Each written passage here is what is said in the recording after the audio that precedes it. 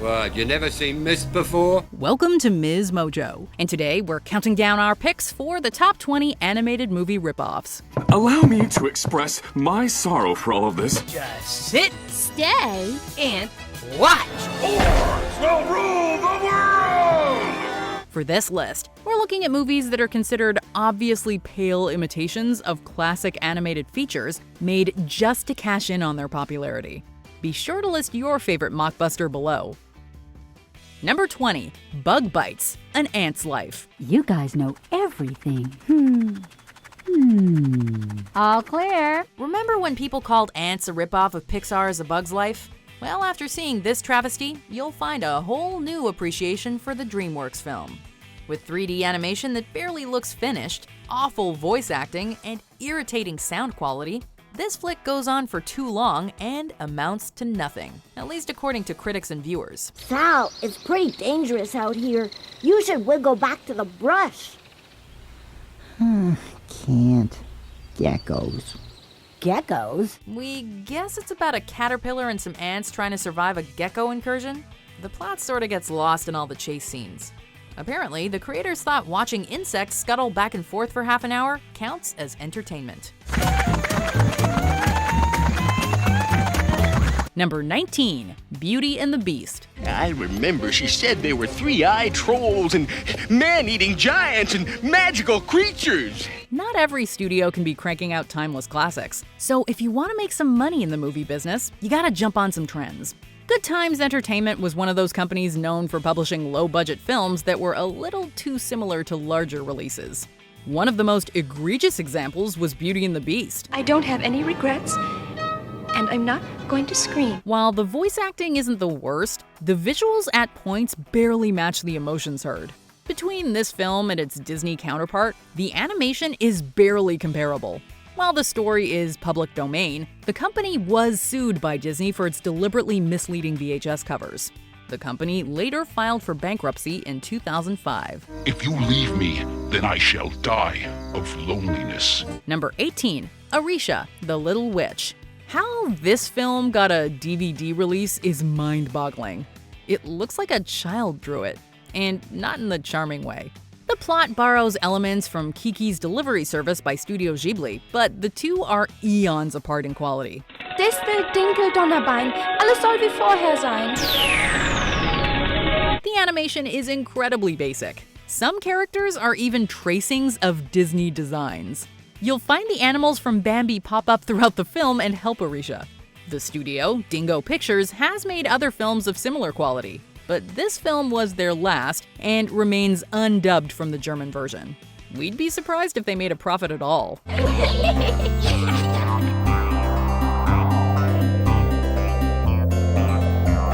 Number 17, The Secret of Mulan. You will be Soldier Hua. Turns out that the company that made this adaptation has a long history of reworking beloved films into what's become known as the Secret of series. Entries include The Secret of the Hunchback, The Secret of Anastasia, and of course, The Secret of Mulan. So how does it fare? Well, not only has the Mulan entry been called a bastardization of one of animation's greatest female characters, it goes a step further by throwing in elements right out of A Bug's Life. Sorry, Flick, you and your friends have been ripped off twice on this list.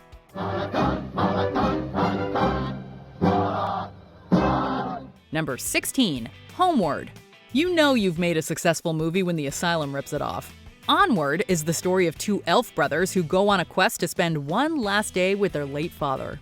Well, Dad, at least you won't have to meet the new guy. So you, working hard or hardly working? But if you look to rent it online, you might come across this derivative piece. Do you even understand what I have to lose here? While the promotional material might look similar, the marketing and the magical modern world setting is where the similarities end. Instead, it's a plot about an orc and an elf trying to prevent a group of orcs from taking over the world. Make the magic bag work, Thumble, and you and the gang will be in command of the new orc world. While it's easy to tell the difference between Homeward and Onward, this will not be the last time the Asylum tries to con you out of your money. What? Number 15, Leo the Lion, King of the Jungle. Circle of Life? more like an endless circle of copyright infringements. The story follows a selfish king lion who gets lectured by a small cub into caring about his fellow animals. But you're doing a lousy job as king. I beg your pardon? A rotten job. The film was produced by Mark Taylor, whose name you'll find across a lot of low-budget mockbusters from the 90s. Just like other films from his library, Leo the Lion was criticized for its lackluster animation and strange musical numbers. So just ignore my pointed teeth, 'cause I'm a nice guy underneath. The real problem is that it's just nothing to write home about. It's not so bad it's good, but it's not the opposite either, leaving it somewhere in that awkward middle. All right, knock it off! Number 14, Life's a Jungle, Africa's Most Wanted. Phase 4 Films brings us a film that could easily be mistaken for a student's animation project. A privileged sweater-wearing dog called Pip gets separated from his owners on holiday in Africa. Oh no, don't leave me out here all alone. We dogs must stick together. He's then forced to adapt to life in the wild. Ow! The title is an obvious play on Madagascar 3, Europe's Most Wanted, which was released around the same time. However, the plot is nothing like it, and plays out more like the earlier entries in the franchise. But once you start watching, you can tell which one had the bigger animation budget. Here's to Pip, a true friend of ours. Number 13, Finding Jesus. This film doesn't even do what it says on the tin. Wow Now Entertainment brings this animated travesty to streaming, and it's a mess. The film follows Fish, Muggles, and Joy living at Finding Jesus Bay, where they listen and share stories of their beloved creator. Well, Mrs. Wadley helped a little. And Jesus helped a lot. The animation is nothing special. The voice acting is bland, and they don't even find Jesus. Given the title, you would at least expect there to be a fish named Jesus. Even in the religious sense, all the characters are already fully committed to Christianity at the start of the film. As a result, this movie is just one long underwater parable reading. We definitely learned something, though. It's important to keep the promises we make. Yeah, for ourselves, our friends, and for Jesus, who keeps track of everything we do and every choice we make. Number 12, The Frog Prince. Why can't I find my Prince Charming? Based on the reviews, you can basically summarize this mockbuster in one word: lazy. Lazy because they only use a handful of locations. Lazy because the voice work involves insulting imitations of supposedly black accents. And lazy because we immediately dislike many of the characters. Well, that's it. There's nothing more I can do. While Disney's The Princess and the Frog gave us magic, great chemistry between the lead characters, and important life lessons, all we get here is a princess who throws tantrums, a king who resents his daughter's independent attitude, and a frog who'll say practically anything just to score. I can. Of course I can. Number 11, Plan B. Bees have to fly from blossom to blossom spreading pollen, or the flowers will die off. B-Movie, starring Jerry Seinfeld, was a big-budget Hollywood film, so of course it was gonna get a copy plaguing the bargain bin. Plan B was distributed by Mockbuster veterans Sparkplug Entertainment, and has about the same production value as their other titles, meaning there isn't a lot. Double the size of this hive. I don't care what it takes. Just do it! You won't be getting any smooth jazz during this beautiful adventure either. This cheap imitation is about a soldier bee working to topple an evil usurper of the hive's queen. Even if that plot sounds a little interesting, the actual product does not deliver, as it features poor voice work, bad animation, and lackluster sound design. You will be cringing the entire way through. I agree. I do too. Indeed. Number 10, Titanic, The Legend Goes On. Do you remember Titanic? The emotion, the tragedy, the rapping dog. Wait, the rapping dog? Party time, party time. Everybody's feeling fine 'cause it's party time. Most of the films on this list are ripoffs of other animated features, but this one was riding the hype of the James Cameron classic. While we do get the romance and ship sinking, we also have front row seats to more character ripoffs than you can believe, with some confusing stereotypes thrown in there for good measure. The film is also overflowing with subplots. You'd be forgiven for getting confused along the way. And the worst part is they seem to put most of the budget into the out-of-place musical number. Our heart does not go on for this. Just leave your troubles at the door, leave your worries behind. Leave the rest up to me, you're gonna like what you find. I'll be busting the moves and I'll be busting the rhymes. We'll be busting up laughing cause it's party time. Number 9. What's Up? Balloon to the rescue. I'm a genius. This mockbuster not only dumps on the original Pixar epic, it's also a confusing schlockfest. For some reason, the filmmakers behind What's Up didn't think a flying house was thrilling enough, so they tossed in some magic. If you stick around long enough, you might find yourself asking why a magical stone's sole function is to turn a house into part hot air balloon, or why they go out of their way to be racist towards a supporting character that happens to be Chinese. Arigato. No problem, but arigato is Japanese. I'm Chinese. My name is Ching Ling. However, we'll forgive you if you don't even make it that far after seeing the questionable 3D animation. We'll be heroes only after we send those monsters back to another dimension, okay? Number 8. Kiara the Brave, also known as Super K. You've given me everything, but I'm still missing excitement. Many consider this a terrible film that should have never been forced onto the viewing public. But it's also called a travesty because, when it was shipped to the United States, the distributors rebranded it to cash in on the latest Pixar release, Brave.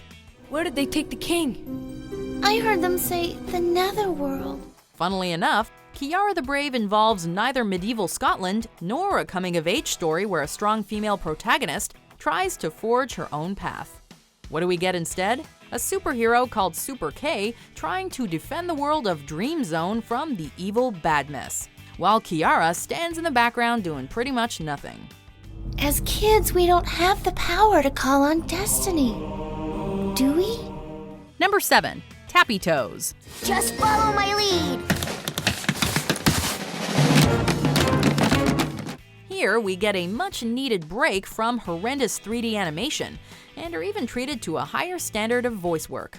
But for most people, that doesn't save Tappy Toes from being another train wreck. The limits of flash animation become clear early on, as this short happily rips off the plot of Happy Feet, minus the stellar dance sequences and the Robin Williams. That's the way, you like it, you want it, I got it. Sure, it tries to throw in some self-referential humor, but considering there's an uncomfortable scene where a hermit crab threatens to pinch a sea lion in not-so-child-friendly places, Tappy Toes manages to tap itself out. Epic fail. Number 6. Kick Panda. Much better. It may only be 40-something minutes long, but out of the many Kung Fu Panda ripoffs, this is the one that made people feel like they'd gone several rounds with the Furious 5. Brought to us by the folks who created Tappy Toes, Kick Panda is another entry where the animation is the high point. Everything else is a panda-sized mesh of stupidity.